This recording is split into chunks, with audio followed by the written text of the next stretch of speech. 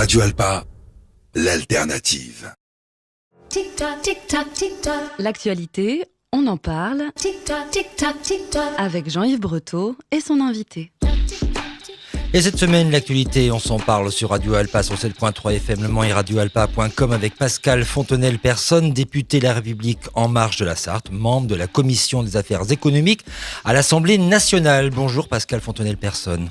Bonjour Jean-Yves. Et merci d'avoir accepté notre invitation pour commenter l'actualité. Pascal Fontenelle-Persone, l'actualité de cette semaine a été marquée par la disparition de Johnny Hallyday. Johnny Hallyday qui a été inhumé ce lundi aux Antilles sur l'île Saint-Barthélemy à 6500 km de la métropole. Une impressionnante foule d'une centaine de milliers de personnes s'était rassemblée samedi pour lui rendre un dernier hommage lors de la descente de son convoi mortuaire sur les Champs-Élysées. Un hommage populaire inédit depuis les funérailles d'Édith Piaf ou encore de Victor Hugo en 1885. Victor Hugo ayant été d'ailleurs le premier écrivain à bénéficier d'obsèques nationales, jusqu'alors réservées aux plus hauts personnages de l'État. Alors, lors de son allocution sur les marches de la Madeleine, le président de la République a évoqué un artiste qui était une part de la France, une part que l'on aime aimer. 14 millions de Français ont regardé la retransmission télévisée de cette cérémonie. Que vous a inspiré ce moment rare de communion populaire autour du rocker français ? Alors j'en étais, des 14 millions, oui, j'en étais. Alors ça m'a inspiré énormément de tendresse. Beaucoup de bienveillance, d'humanisme dans cette foule qui savait parfois chanter, applaudir, se taire. Voilà, donc c'est ce que ça m'a inspiré en tout cas samedi. De par ces moments de partage à l'unisson, il faut bien le préciser, autour de Johnny Hallyday, d'après vous, quelle France incarnait-il ? La France, le peuple, la France populaire. C'est pour ça qu'on lui a rendu un hommage populaire national et pas un hommage national.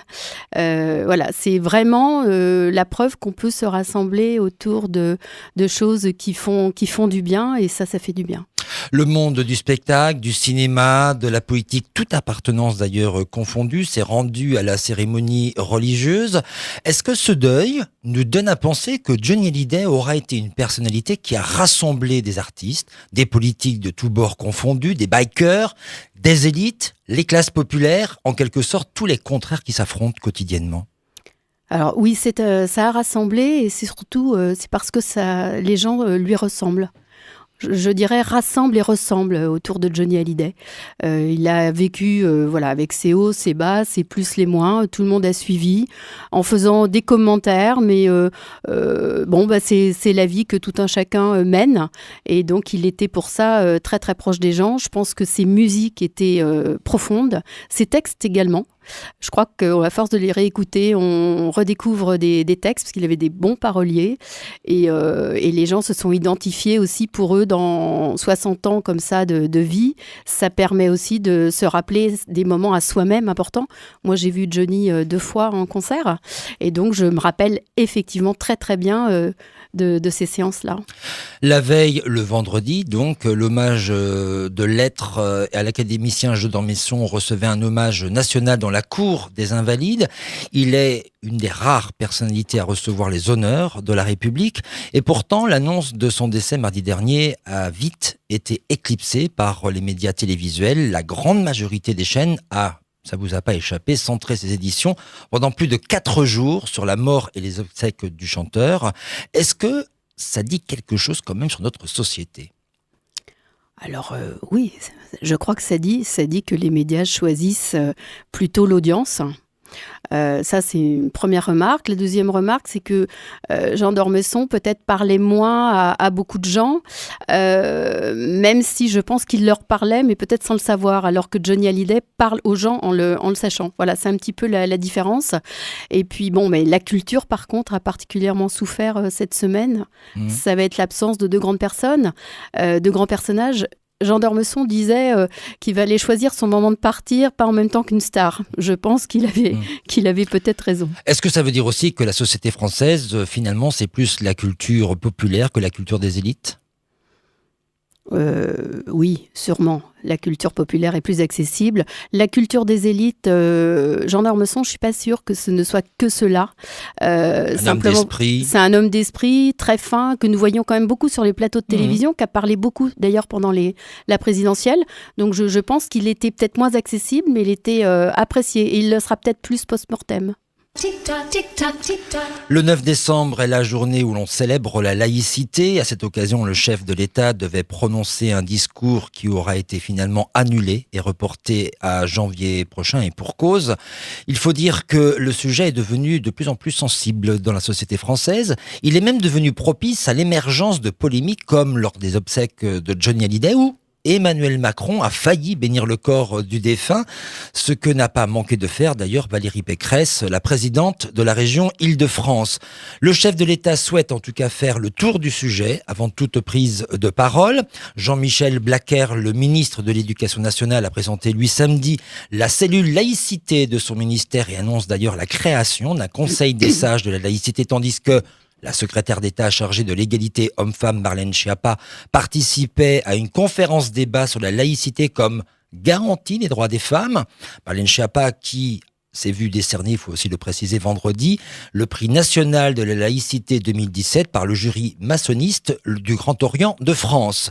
Le parti de la majorité lance lui aussi ses initiatives, un parti auquel vous appartenez, puisque c'est la République En Marche. Christophe Castaner, le délégué général de la République En Marche, a créé il y a 15 jours un groupe de travail laïcité.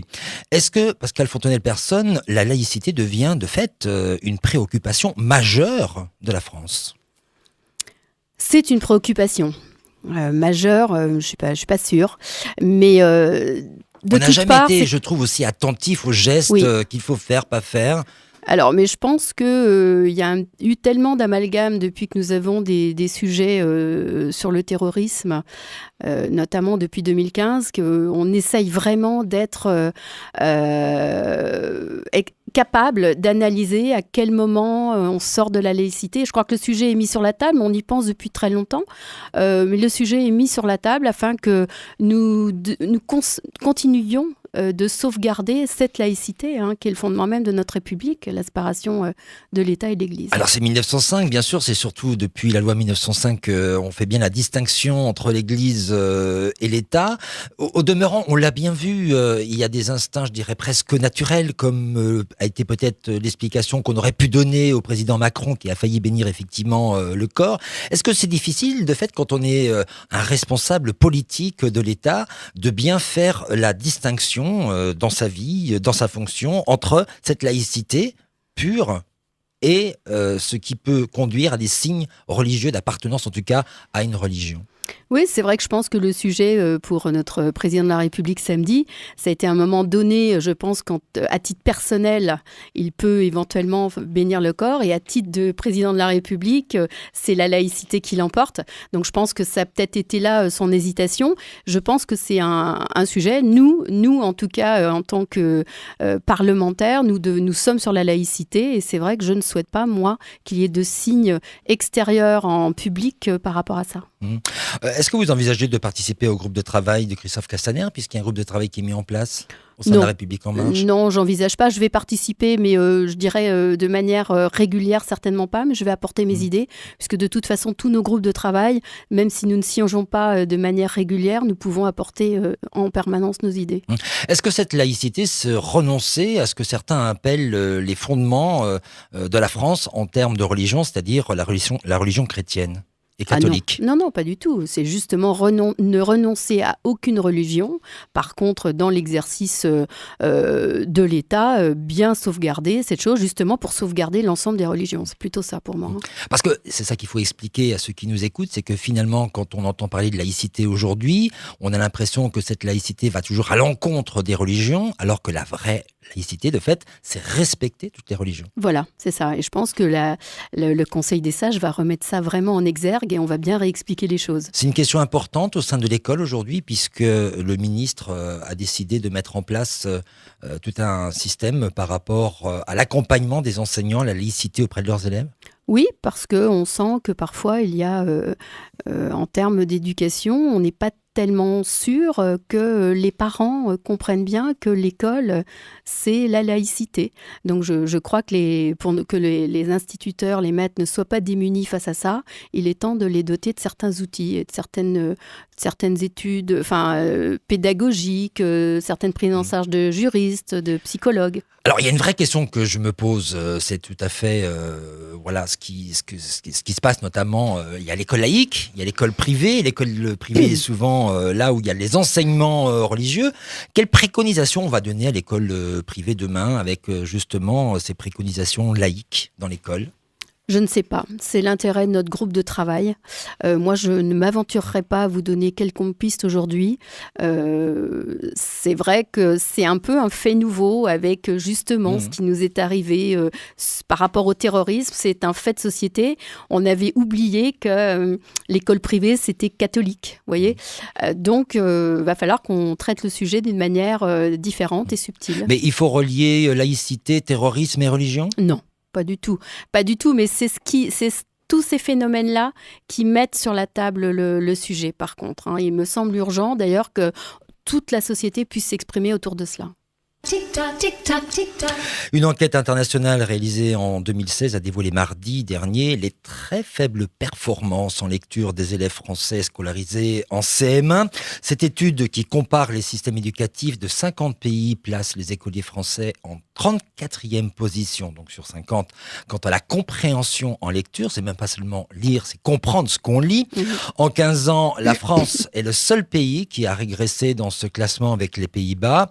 Le ministre de l'Éducation nationale, le Jean-Michel Blanquer, qui fait beaucoup parler de lui en ce moment, s'est dit inquiet de ce classement, car, je cite, « Derrière la froideur de ces chiffres, il y a des trajectoires humaines, il y a des inégalités sociales, il y a en réalité l'échec des plus modestes, car la difficulté à lire et à écrire à l'entrée au collège signifie le décrochage scolaire et, in fine, le chômage des jeunes. On ne peut donc pas s'y résoudre. » Les mesures, en tout cas, ne se sont pas faites attendre, puisque le ministre a annoncé dès mardi la mise en place d'une dictée quotidienne à l'école primaire. Sortez vos crayons.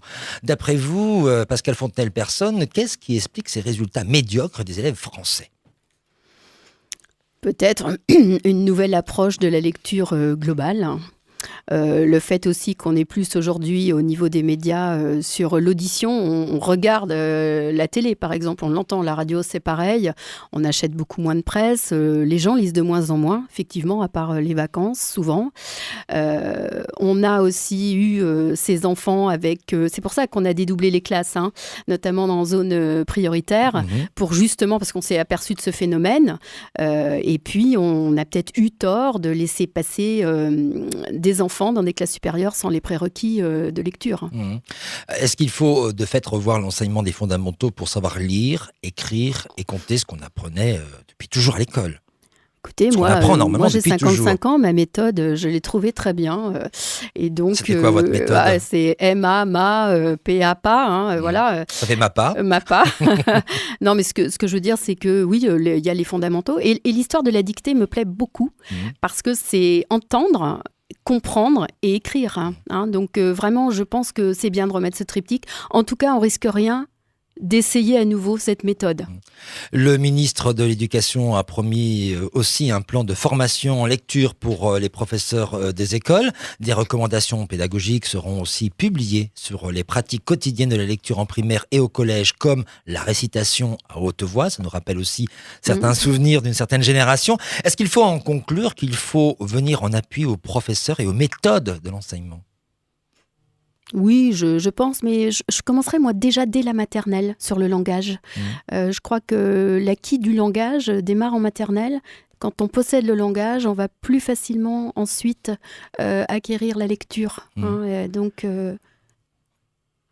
voilà, je ne remets pas en cause moi aujourd'hui la manière dont ça s'est passé. Simplement, quand on a des points faibles, il faut savoir se remettre en question et donc reproposer quelque chose. Alors, il y a aussi la situation concrète des classes surchargées. Est-ce que ça veut dire qu'il faut systématiquement dédoubler les classes quand, en tout cas, l'observation se fait sentir d'un manque d'acquisition, de lacunes sur les savoirs ? Est-ce que ça veut dire que derrière, il va falloir que l'Éducation nationale recrute davantage d'enseignants ? Alors ça, c'est un problème de budget. Mais moi, je Mais serais aussi favorable. d'enseignement de demain. Voilà, moi, je serais favorable à ça. À ce que pour bien démarrer dans la vie, on démarre en petits groupes.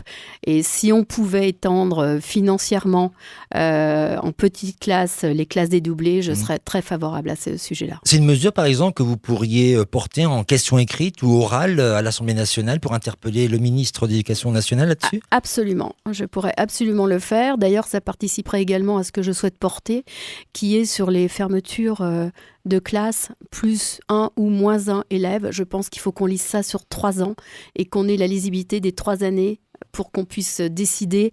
Des fois, on ferme une classe pour un enfant, alors que l'année, dans 2 ans, il y en a 2 ou 3 qui arrivent. C'est un peu regrettable. Tic-tac, tic-tac, tic-tac. Alors, parmi les mesures annoncées par le ministre, parce qu'il en a beaucoup annoncé ces derniers temps, le ministre de l'Éducation nationale, il est question aussi de revenir au redoublement quand les savoirs ne sont pas acquis. Et qu'est-ce que vous pensez de ce projet de décret qui doit sortir là prochainement et qui doit redonner un rôle décisif aux profs, même si dans la pratique, la mesure restera exceptionnelle parce qu'il y a, je dirais, les pour le redoublement et les contre le redoublement? Moi, j'y suis favorable. J'y suis favorable parce que c'est terrible d'avoir des enfants qui sautent, enfin qui passent de classe en classe sans avoir les acquis, les bases. Moi, j'ai redoublé. J'ai redoublé et j'ai trouvé ça très bien. Et aujourd'hui, je crois que j'ai de bonnes bases. Donc, vous êtes député ?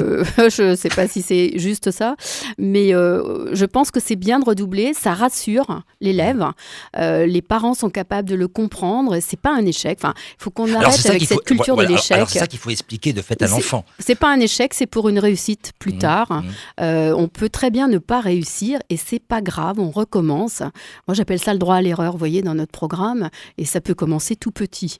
Alors, il y a d'autres annonces du ministre depuis ce week-end, même aujourd'hui. À la rentrée 2018, le portable devrait disparaître des cours de récréation dans le primaire et au collège. Une promesse de la campagne d'Emmanuel Macron pour ceux qui l'auraient oublié.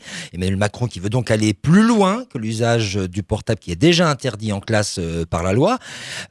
Pascal Fontenelle-Personne, au collège, 8 élèves sur 10 ont un portable dans le cartable. Est-ce que cette mesure ne va pas rencontrer des difficultés pour sa mise en œuvre au-delà de l'objectif qu'elle veut atteindre? Écoutez, moi j'étais au Prytanée ce matin, il fonctionne déjà comme ça. À la flèche? À la flèche, le Prytanée de la Flèche, avec la secrétaire d'État aux armées. Et ça se passe très bien. Donc, ils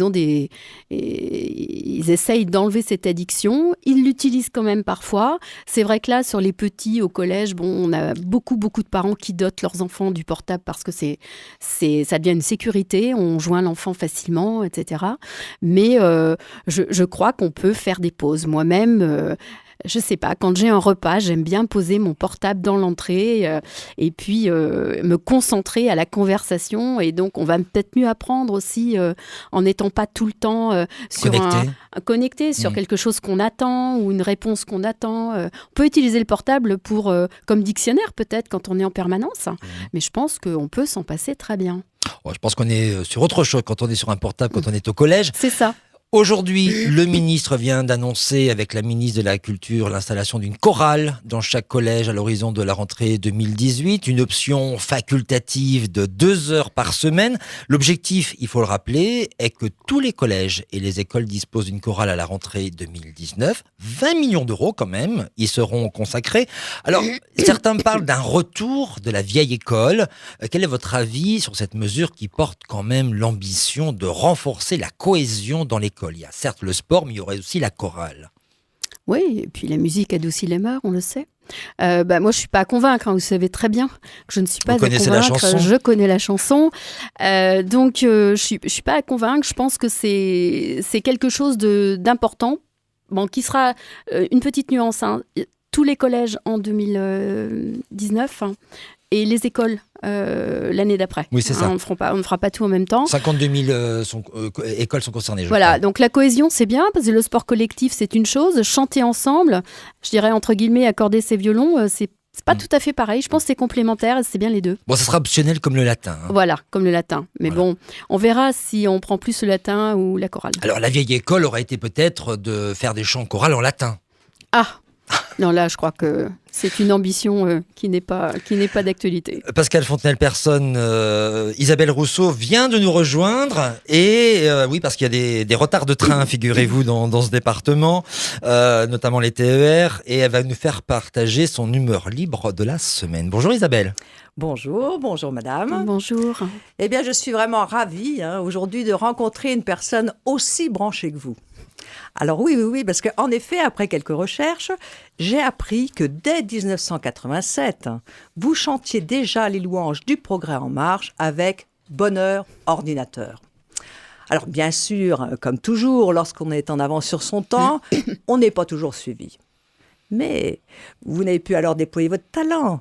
Mais à défaut, vous avez soutenu celui des autres, à travers la chanson, toujours, étant membre du jury, puis en présentant le concours francophone Le Mans Cité Chanson. Jusque-là, tout est bon. Tout est bon. Bon, cela pourrait paraître anecdotique à nos auditeurs, mais quand on voit ce qui s'est passé samedi dernier avec Johnny, il semblerait qu'il vaille mieux être une rockstar qu'un intellectuel pour être reconnu et adulé. Vous chantiez donc, et oui, le progrès technique, et vous tweetez maintenant, allègrement. Les réseaux sociaux n'ont pas de secret pour vous, hein. De ce point de vue, vous êtes proche de votre collègue Mancel, Marlène Schiappa. Pas la moindre petite rencontre ou inauguration sans un petit message, une photographie ou une vidéo. Elle vous a à l'œil apparemment. Et oui, mais j'ai fait des recherches. Je n'ai pas trouvé cependant dans mes recherches de visite commentée de l'Assemblée. Alors, j'ai pas dû bien chercher. C'est bêta, car je n'ai jamais fait d'excursion là-bas et ça m'aurait sans doute intéressé. Bon, d'autres l'ont fait, mais moins par curiosité, il faut le dire, que pour le dénoncer. Alors, pour ce qui vous concerne, ce sont les votes et non un transporteur qui vous ont permis d'intégrer l'hémicycle en tant que député En Marche. Remarquez, c'est dans l'air du temps et puis c'est plus écologique. Le fondateur du mouvement, donc En Marche, auquel vous appartenez, M. Macron, est à présent président de la République. On parle de lui comme d'un président jupitérien. Alors, j'ai fait des recherches aussi, donc j'ai fait des recherches sur Jupiter. Et j'ai lu qu'un jour, il fut pris d'un violent mal de tête et qu'il demanda à Vulcain de lui fendre le crâne. Et c'est ainsi que Minerve, sa fille, est sortie de la plaie du dieu.